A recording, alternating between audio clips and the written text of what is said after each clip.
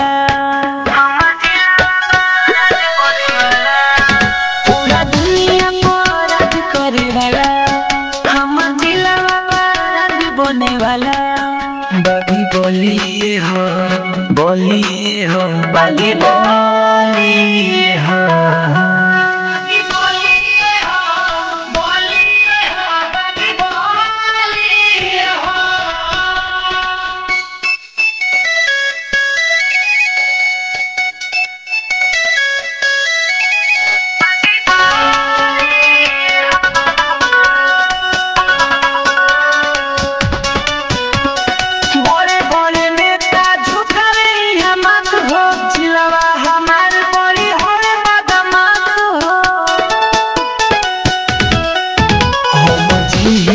अपने जुनून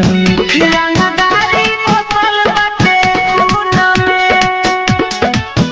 रंग बाजन के इलाज करे वाला बिना तेल के मसाज करे वाला बागी बोलिए हो बागी बोलिए हो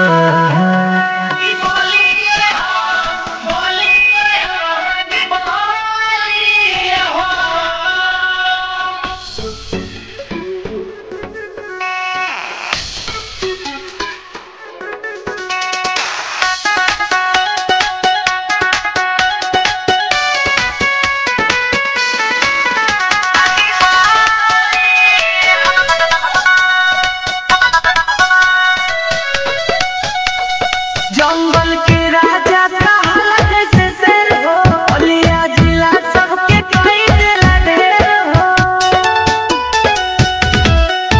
सब शेर हो जिला वासी चारी हो रे अभिषेक के लाला भारी हो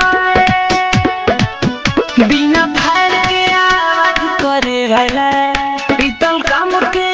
रोज करे वाला बागी बोलिए हो बागी बोलिए हो